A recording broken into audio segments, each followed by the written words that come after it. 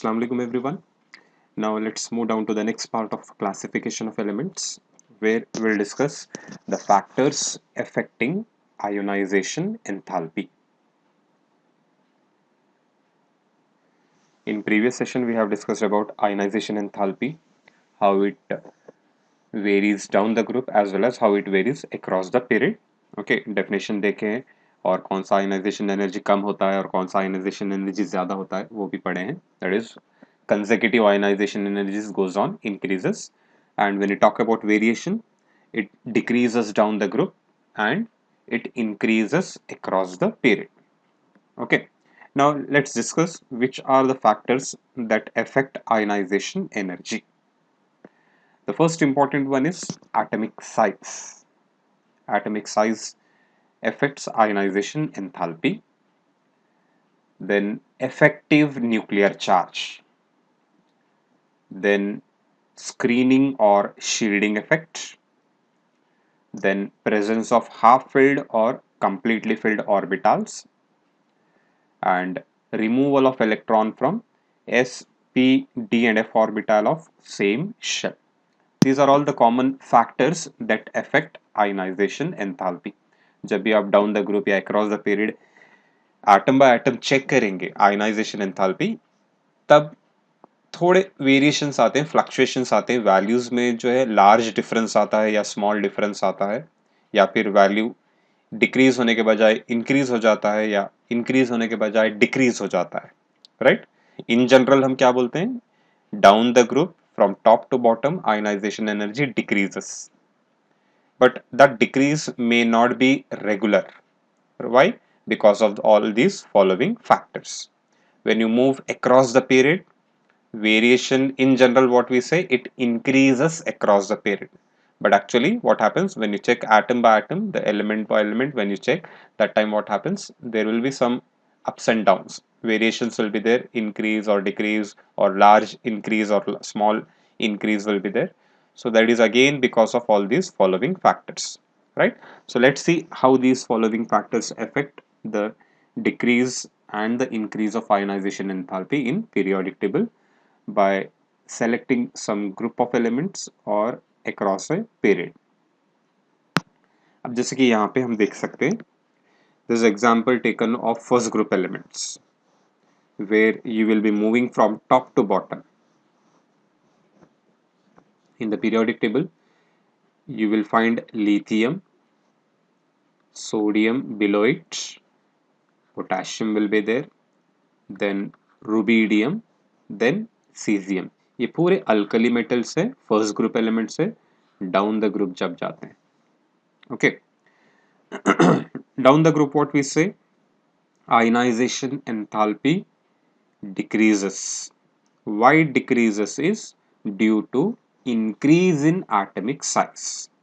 पूरे periodic table में सबसे largest size alkali metals है. Okay, commonly एक ही method सबको आप apply करते हैं radius के measuring methods में, तो सबसे largest कौन से बन जाएंगे यहाँ पे, alkali metals. And due to their larger size, what happens, distance from the center of the nucleus to the last electron will increase and ionization energy decreases because removal of last electron becomes easy. Okay, तो यहाँ पे reason क्या दे सकते हैं हम, atomic size, right? So when you talk about atomic size factor, you can relate like this, it is inversely proportional to ionization enthalpy. It is inversely proportional to ionization enthalpy. Whenever atomic size is more, ionization energy will be less. जब भी ionization energy या atomic size ज़्यादा रहेगा, ionization energy उस particular atom का कम रहेगा. Okay. See the change in the values they have given. Lithium का 520 kilojoule पर मोल ionization enthalpy है. लिथियम से जब सोडियम आते हैं थोड़ा कम हो गया. क्यों कम हो गया? क्योंकि सोडियम का एटॉमिक साइज लिथियम से ज्यादा है, राइट. जब आप सोडियम से पोटेशियम आते हैं, see there is a large drop in the ionization energy. Ionization energy suddenly बहुत कम हो रहा है, 496 से 419 हो रहा है. Okay, you can see the change in the graph also. क्यों हो रहा है ऐसा? क्योंकि यहाँ पे कुछ ग्रेजुअल इंक्रीज भी है साइज में, साइज जितना बढ़ना था उससे कई ज्यादा जो है बढ़ जाता है। when you add the fourth energy level in potassium, potassium contains four energy levels, so fourth energy level will be little bit far from the nucleus, due to which size will be suddenly increasing. There will be anomalous increase in the size, and due to which what happens, there will be large decrease in ionization enthalpy, right? तो यहाँ पे change in size is little bit large, due to which ionization energy also decreases to larger extent. बाद में देखो almost same regular manner में ionization energy decrease होते जाएगा, क्योंकि साइज रेगुलरली इंक्रीज होते जा रहा है, राइट? 419 से 403, 403 से फिर जो है यहाँ पे 374, right? So this variation can be easily told based on atomic size. Atomic size increases, ionization energy decreases. Okay. Next, coming to effective nuclear charge. Effective nuclear charge is the force of attraction of nucleus on the outermost electrons, right? Here, I'll take another example. We'll move across now from lithium to neon. In the periodic table, how these elements are arranged? पहले आता है lithium, then beryllium आएगा, बाद में boron आएगा, carbon, nitrogen, oxygen, fluorine, neon, right? In general हमने क्या discuss किया है? Ionization enthalpy across the period increase होता है, राइट? लेकिन जब आप एलिमेंट टू एलिमेंट या एटम बाय एटम इन एलिमेंट्स के चेक करेंगे तो इनका आयनाइजेशन एंथैल्पी के वैल्यूज में वेरिएशंस है, ओके? कभी कभार एकदम large ionization energy value difference आ जाता है, या फिर आयनाइजेशन एनर्जी इंक्रीज होकर डिक्रीज हो जाता है, ऐसे वेरिएशंस आते हैं। ये क्यों आते हैं? ये फैक्टर्स के बेसिस पे आते हैं। देखते हैं ये फैक्टर्स कहाँ कहाँ पे अप्लाई होंगे। फर्स्ट ऑफ ऑल, लिथियम का लेफ्ट साइड एलिमेंट है, लेफ्ट साइड से राइट साइड हम जा रहे हैं। लिथियम का 520 आयनाइजेशन एंथैल्पी है। जब लिथियम से बेरिलियम आप जाते हैं तो आयनाइजेशन एनर्जी इंक्रीज हो रहा है। See the increase now. From 520 it is becoming almost 900, 899 kilojoule per mole. Means nearly 400 kilojoule बढ़ रहा है। इतना ज़्यादा बढ़ रहा है क्योंकि यहाँ पे हम एक रीज़न दे सकते हैं।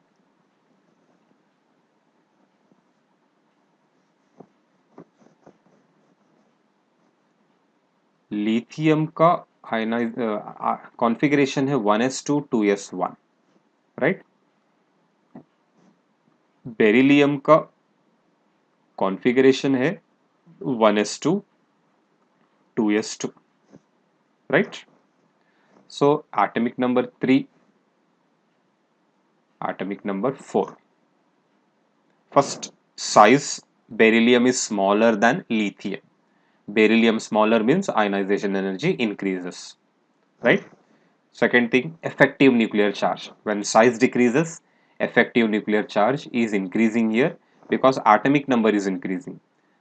3 और यहाँ पे 4, atomic number increases means effective nuclear charge also increases. यानी कि ये beryllium inner electrons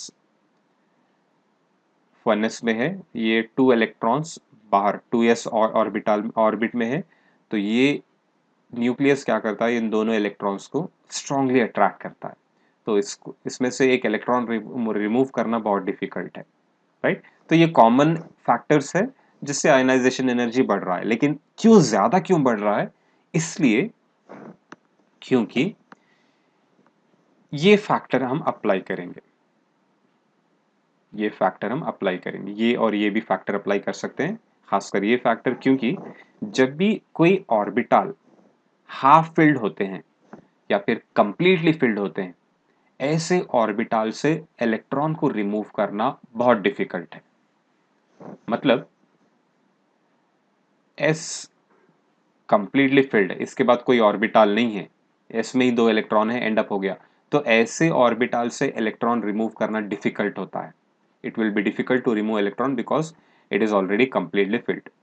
उसी तरह p ऑर्बिटल में अगर 3 इलेक्ट्रॉन आ रहे हैं या p ऑर्बिटल में 6 इलेक्ट्रॉन आ रहे हैं, either it is half filled और completely filled, removal of electron will be difficult because these orbitals will be having extra stability of half filled or completely filled orbitals.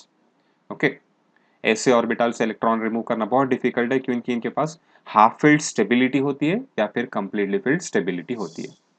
Okay, then उसी तरह D में 5 और electrons या D में 10 electrons, F में 7 electrons या फिर f में 14 electrons. So these are all half filled here और ये पूरे जो है कंप्लीटली फिल्ड है। जब भी कोई कॉन्फ़िगरेशन में इस तरह के हाफ फिल्ड या कंप्लीटली फिल्ड ऑर्बिटल्स आते हैं, ऐसे ऑर्बिटल में से इलेक्ट्रॉन रिमूव करना हाईली डिफिकल्ट होता है, राइट। तो यहाँ पे भी s2 कॉन्फ़िगरेशन रहने से पूरे सेकेंड ग्रुप एलिमेंट्स का ionisation enthalpy first group element से कुछ ज्यादा ही बढ़ जाता है because of this half filled completely filled s orbital, right. और ये factor removal of electron from s p d and f orbital of same shell, right. जब भी आप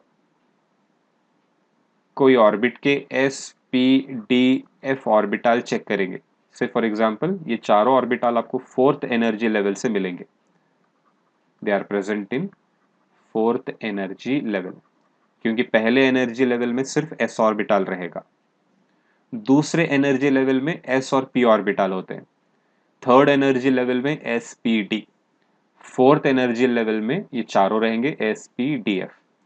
जब आप इनमें से इलेक्ट्रॉन रिमूव करना चाहेंगे तो सबसे आसानी से आप इलेक्ट्रॉन रिमूव कर पाएंगे f ऑर्बिटल में से, क्योंकि ये न्यूक्लियस से बहुत दूर होता है, it remains very far away from the nucleus, so removal of electron from f orbital will be very easy and removal of s electron, अगर कोई इलेक्ट्रॉन s ऑर्बिटल में है तो वो बहुत डिफिकल्ट रहेगा क्योंकि ये सबसे न्यूक्लियस से सबसे क्लोज रहता है, right, it remains very close to the nucleus, right.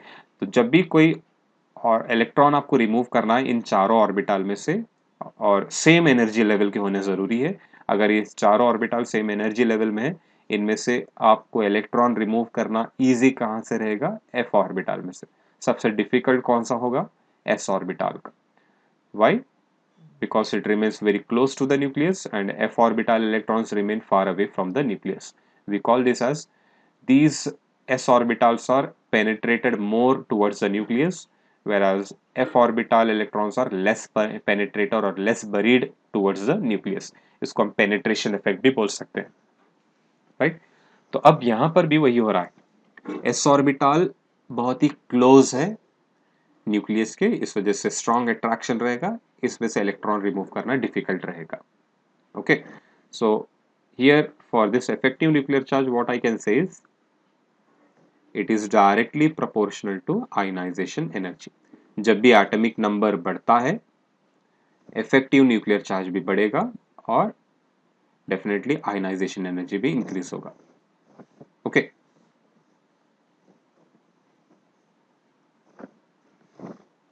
This also जब भी हाफ फील्ड या कंप्लीटली फील्ड ऑर्बिटल्स आते हैं आयनाइजेशन एनर्जी बढ़ जाएगा। And removal of electron from s pdf of the same shell, अगर इलेक्ट्रॉन s ऑर्बिटल में है तो हाई आयनाइजेशन एनर्जी, अगर इलेक्ट्रॉन f ऑर्बिटल में है तो low ionization energy, right. Now from beryllium to boron what is happening, बढ़ना था आयनाइजेशन एनर्जी क्योंकि आप अक्रॉस द पीरियड जा रहे हैं, इंक्रीज होना है, लेकिन यहाँ पे देखो आपको कुछ डिफरेंट ही हो रहा है, राइट। तो ये बहुत इंपॉर्टेंट पॉइंट है, नीट सीईटी में क्वेश्चंस बार बार आते हैं यही पर्टिकुलर वेरिएशन के ऊपर, राइट। और एक भी वेरिएशन यहाँ पर है, आयनाइजेशन एनर्जी बढ़ने के बजाय यहाँ पर ये पर्टिकुलर पॉइंट्स पे क्यों कम हो रहा है, मतलब ये सेकेंड पीरियड एलिमेंट है और ये 13 period element, sorry 13 group element, ये सेकेंड ग्रुप एलिमेंट है और ये 13 ग्रुप एलिमेंट है, और यहाँ पे ये 15th ग्रुप एलिमेंट है और ये 16 ग्रुप एलिमेंट है। 13 ग्रुप एलिमेंट्स का आयनाइजेशन एनर्जी सेकेंड से ज्यादा होना था, लेकिन उल्टा है, सेकेंड ग्रुप एलिमेंट्स का आयनाइजेशन एनर्जी 13 ग्रुप एलिमेंट से ज्यादा है, और उसी तरह 15 ग्रुप एलिमेंट्स का आयनाइजेशन एनर्जी 16 ग्रुप एलिमेंट से ज्यादा है। What can be the reason? Let's see. Beryllium अभी हमने लिखा था configuration 1s2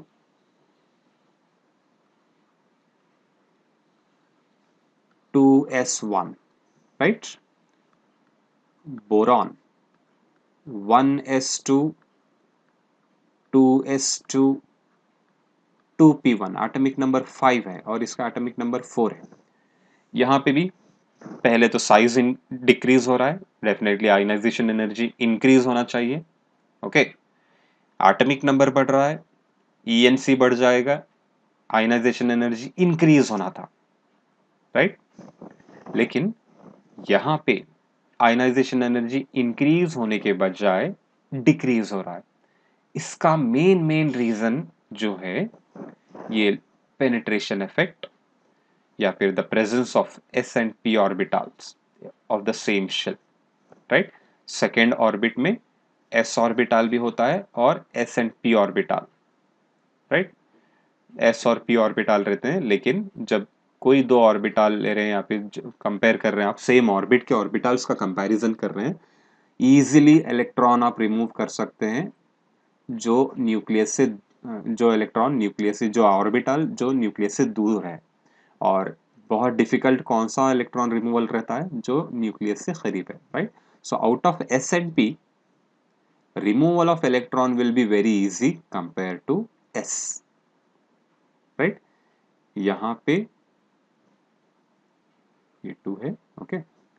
so removal of electron from s and p, when you compare of the same second energy level, it will be very easy to remove electron from p orbital compared to s, because s orbital remains very close to the nucleus, whereas p orbital electron remains very far away from the nucleus। तो इसको निकालना बहुत easy है, क्योंकि ये nucleus से बहुत दूर है। फोर्स ऑफ अट्रैक्शन न्यूक्लियस का इस इलेक्ट्रॉन के ऊपर थोड़ा कम रहेगा, वही यहाँ पे फोर्स ऑफ अट्रैक्शन ज्यादा रहेगा, right. So if you talk about the factors, this is a factor which will be making the ionization energy to decrease instead of increasing।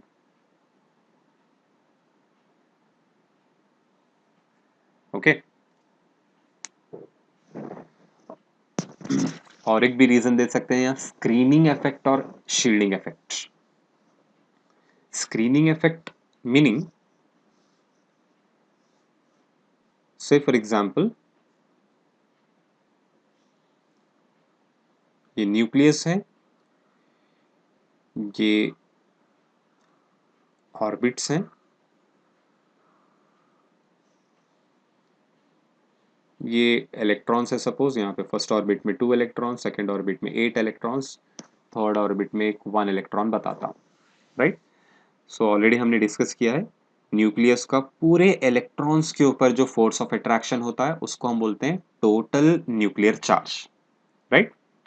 और न्यूक्लियस का सिर्फ लास्ट ऑर्बिट के इलेक्ट्रॉन्स के ऊपर जो force of attraction रहेगा उसको हम बोलते हैं effective nuclear charge, right. Okay, यानी कि ये बैक साइड बेंचेस हैं और ये स्टूडेंट्स हैं, तो जैसे ही बैक साइड बेंचेस पे स्टूडेंट का स्ट्रेंथ बढ़ते जाएगा, न्यूक्लियस का भी उनके ऊपर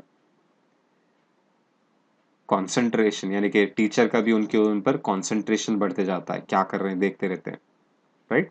सो teacher will be focusing more on the students sitting at the backside benches, because if the concentration is not there on them, they may start disturbing, because थोड़ा कुछ प्रॉब्लम रहता है, उनको थोड़ा कम सुनी आएगा या फिर बोर्ड दिखाई नहीं देगा, तो डेफिनेटली वो डिस्टर्ब रहते हैं, कांस्टेंट नहीं रहता है माइंड, कंसिस्टेंट नहीं रहेगा, इधर उधर ध्यान चले जाता है, तो डिस्टर्ब हो जाते हैं, राइट। तो उस वजह से टीचर का भी कंसंट्रेशन लास्ट बेंच के स्टूडेंट्स पे ज़्यादा रहता है, ताकि उनको जो है दिखाई दे रहा है या नहीं बोर्ड, वो डाउट रहता है या फिर सुनाई दे रहा है या नहीं, इसलिए बार बार उनको पूछते रहते हैं, are you able to hear or not, और he will be focusing what they are doing or not, whether they are writing or not, that he will be checking, right?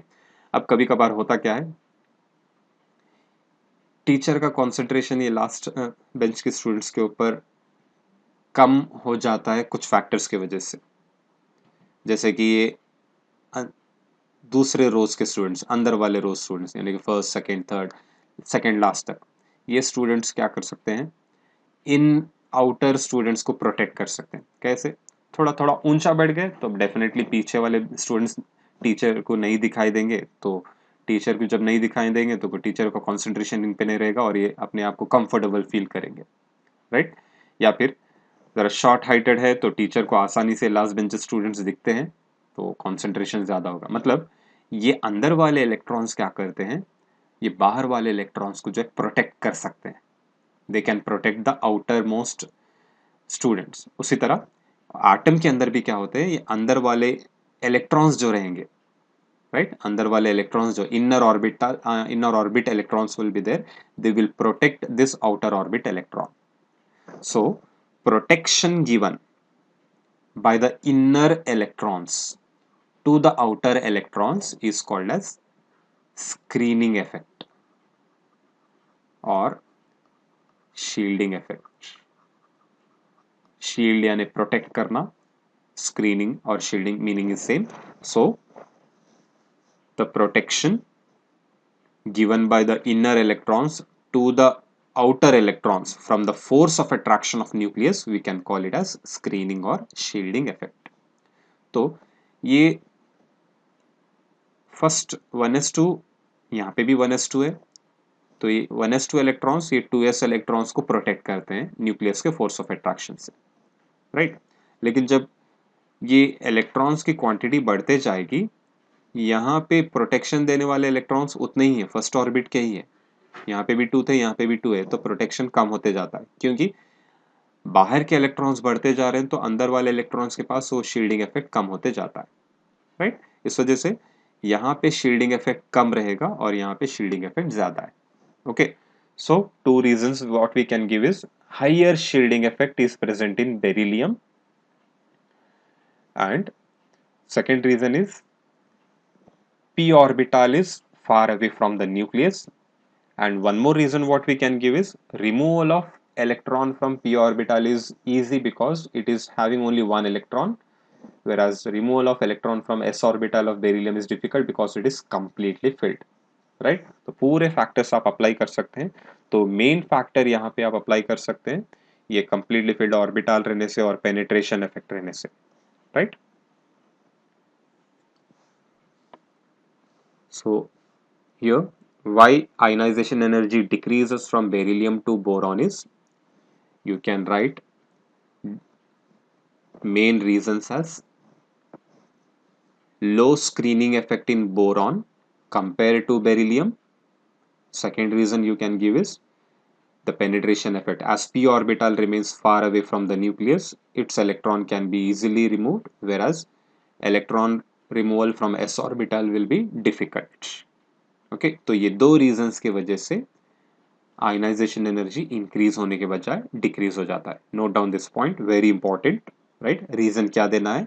Due to less screening effect in boron compare to beryllium, and one more reason you can give is electron removal from p orbital is easy compared to s orbital because p orbital remains far away from the nucleus, whereas s orbital remains close to the nucleus.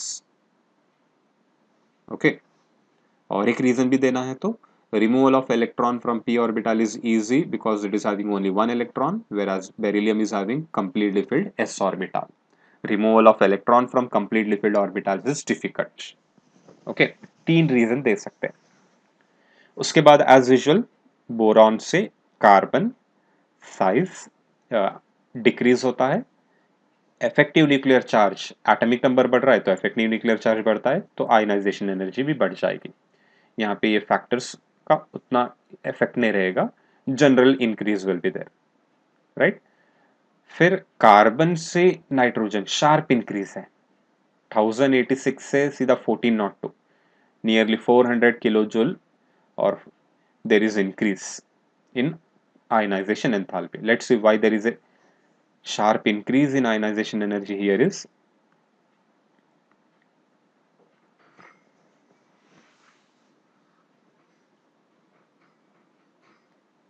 carbon 1s2 2s2 2p2, nitrogen 1s2 2s2 2p3 configuration, atomic number 7 और इसका atomic number 6। Configuration में हम देख सकते हैं यहाँ पे last electron p orbital में है, यहाँ पे भी लास्ट इलेक्ट्रॉन p ऑर्बिटल में है, लेकिन यहाँ पे शार्प इंक्रीज क्यों हो रहा है? शार्प इंक्रीज की वजह यह है कि यहाँ पे p ऑर्बिटल हाफ फिल्ड है। p ऑर्बिटल के 3 सब ऑर्बिटल होते हैं, px py pz, तीनों में एक एक इलेक्ट्रॉन आता है हंट्स रूल के मुताबिक, राइट? एटॉमिक स्ट्रक्चर चैप्टर में पढ़ेंगे या फिर स्कूल में पढ़े होंगे आप। इलेक्ट्रॉन्स जब सेम एनर्जी वाले ऑर्बिटल्स में एंटर होते हैं तो सिंगल सिंगल ऑक्यूपाई होते हैं, बाद में पेयरिंग होना स्टार्ट होता है। तो p ऑर्बिटल यहाँ पे कैसे फील्ड है? हाफ फील्ड, हर एक ऑर्बिटल को एक एक इलेक्ट्रॉन मिल जाता है। तो ऐसे ऑर्बिटल में से इलेक्ट्रॉन रिमूव करना बहुत ही डिफिकल्ट है। Okay, it will be very difficult to remove electron from such orbitals. वही यहाँ पे कार्बन में क्या हो रहा है? p ऑर्बिटल में से एक ऑर्बिटल में इलेक्ट्रॉन चले गया px में और एक py में जाएगा, एक ऑर्बिटल एम्प्टी है, राइट? यहाँ पे तीनों में भी एक एक एक इलेक्ट्रॉन है।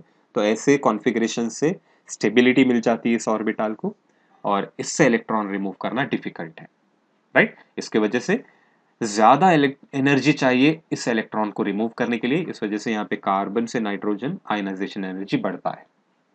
Okay, so reason what you can give is, main reason is because of half filled p orbital present in nitrogen. Why ionization energy is sharply increasing from carbon to nitrogen is due to half filled orbital present in nitrogen. Okay, next, again one more variation, nitrogen के बाद oxygen का ज्यादा होना था, लेकिन ionization energy यहाँ पे oxygen का कम हो जा रहा है। क्यों हो रहा है?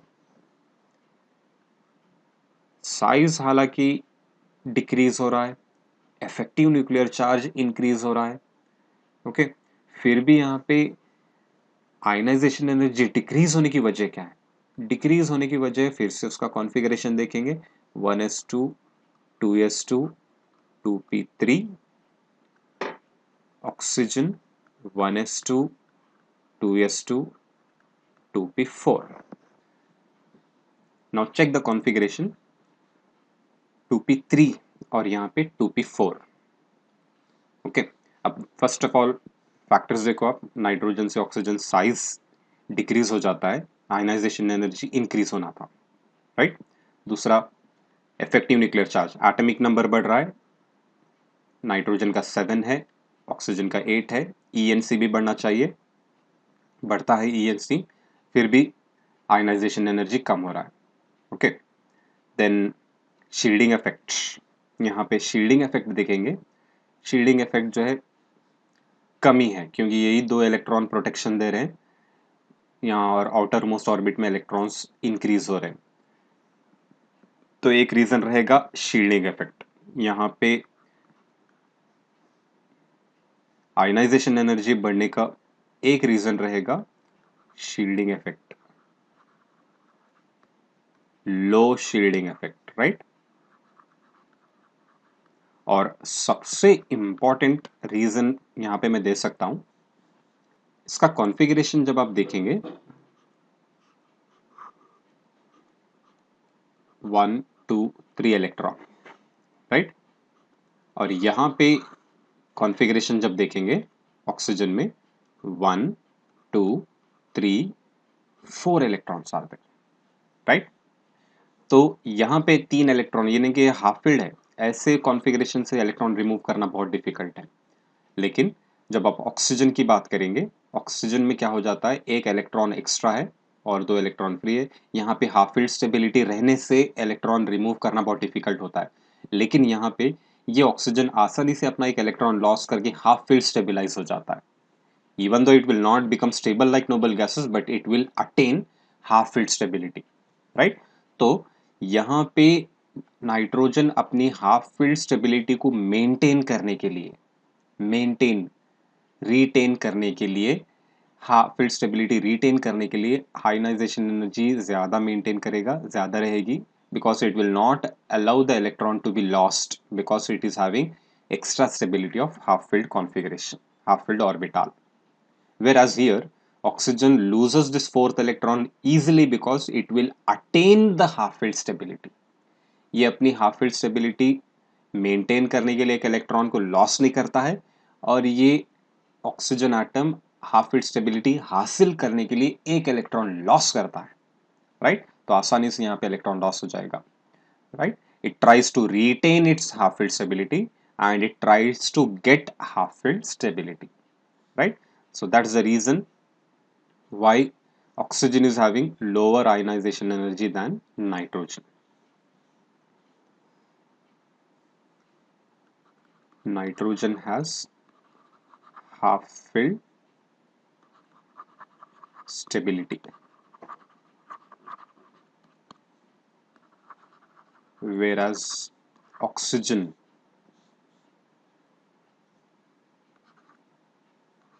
gets half filled stability by loss of one electron, right? So this is the reason why there will be decrease instead of increase. There will be decrease in ionization enthalpy of oxygen, right? उसके बाद as usual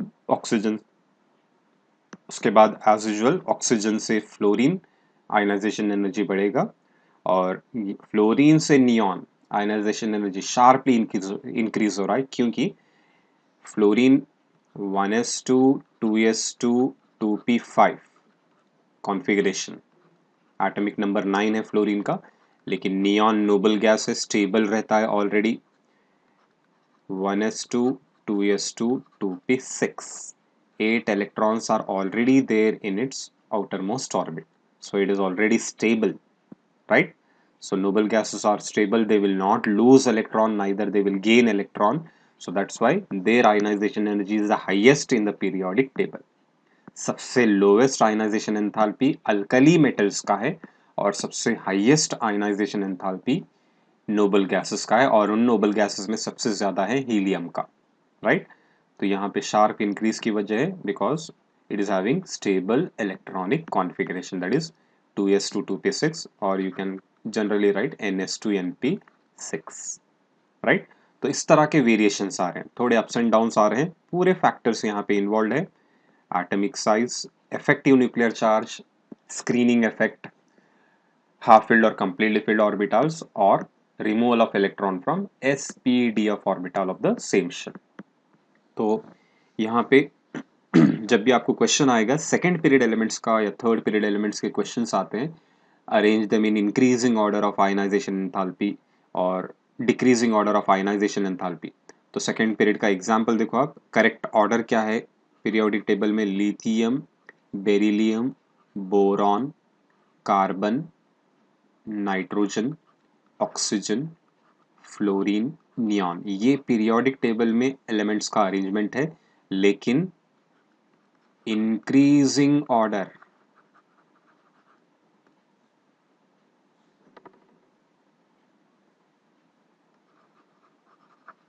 of ionization energy क्या होता है, generally हम क्या बोलते हैं, it increases across the period, लेकिन करेक्ट ऑर्डर आपको लिखना है तो कैसे लिखेंगे, लिथियम का आयनाइजेशन एनर्जी सबसे कम है, उसके बाद बेरिलियम नहीं आएगा, बोरॉन आएगा, remember this point, very very important, उसके बाद आएगा beryllium, right?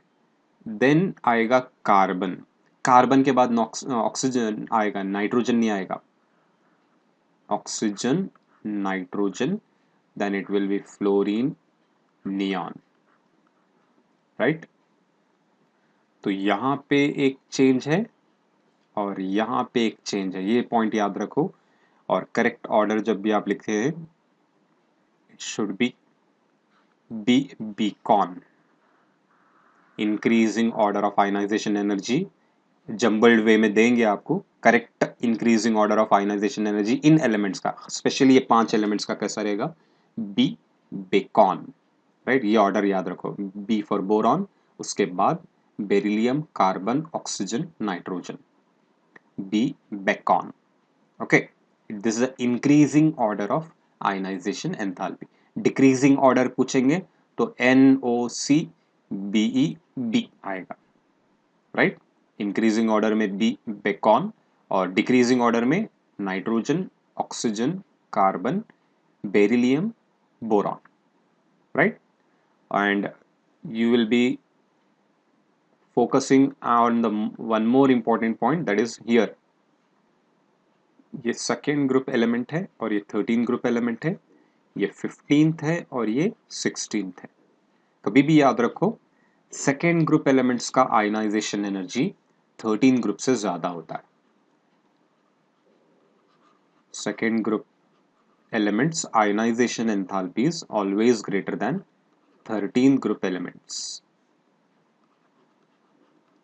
and 15 group elements ionization enthalpy will be greater than 16 group elements। वैसे तो वेरिएशन के हिसाब से 13 का ज्यादा होना था और 16 का ज्यादा होना था, लेकिन ये स्क्रीनिंग इफेक्ट और पेनिट्रेशन इफेक्ट या हाफ फील्ड और कंप्लीटली फील्ड ऑर्बिटल की वजह से ये चेंजेस आते हैं, right? Many of the times they have asked questions on these two part as well as this arrangement, right? NEET CET में क्वेश्चंस बार बार रिपीट होते हैं, खासकर ये चैप्टर से ये क्वेश्चन तो बहुत टाइम आया है, फोकस करो, अच्छी तरह याद रखो।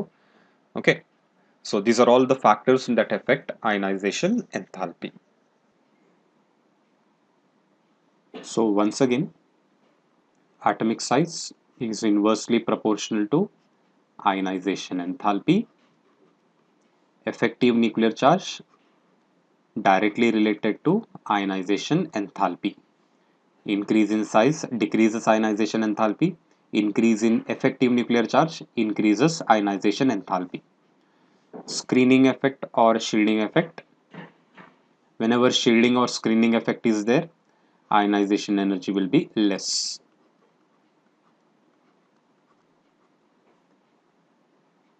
फर्स्ट यहाँ पे हाई शील्डिंग इफेक्ट कब रहता है, जब भी ऑर्बिटल्स स्पेशली हाफ फील्ड है, जैसे कि P3, D5 और F7, और लो कब रहता है, P6, D10 और F14, राइट। अगर ये अंदर के ऑर्बिटल्स इस तरह फील्ड अप है तो इलेक्ट्रॉन इलेक्ट्रॉन रिपल्शन की वजह से इनका शील्डिंग इफेक्ट कम होते जाता है, राइट। तो हाई शील्डिंग इफेक्ट के लिए हाफ फील्ड होना जरूरी है या फिर नियरली कंप्लीटली फील्ड। पूरे कंप्लीटली फील्ड हो गए तो क्या हो जाता है, शील्डिंग इफेक्ट थोड़ा कम हो जाता है। So just if you remember, higher shielding effect, that time ionization energy will be less. Low shielding effect, that time ionization energy will be more, right? Presence of half filled or completely filled orbital, again we can relate, it is directly proportional to ionization enthalpy. Removal of s electron from sp-df orbital of same shell, just we have seen, whenever electron removal is there from s orbital, ionization energy will be high, and when you are removing electron from f orbital, ionization energy will be low. Means correct order will be, you can easily remove electron from f orbital, then it will be easy to remove electron from d orbital, then p orbital, and lastly it will be s orbital, because s remains very close to the nucleus and f orbital remains far away from the nucleus. Condition, they should belong to the same orbit, right? So these are all the factors that affect ionization enthalpy. Okay.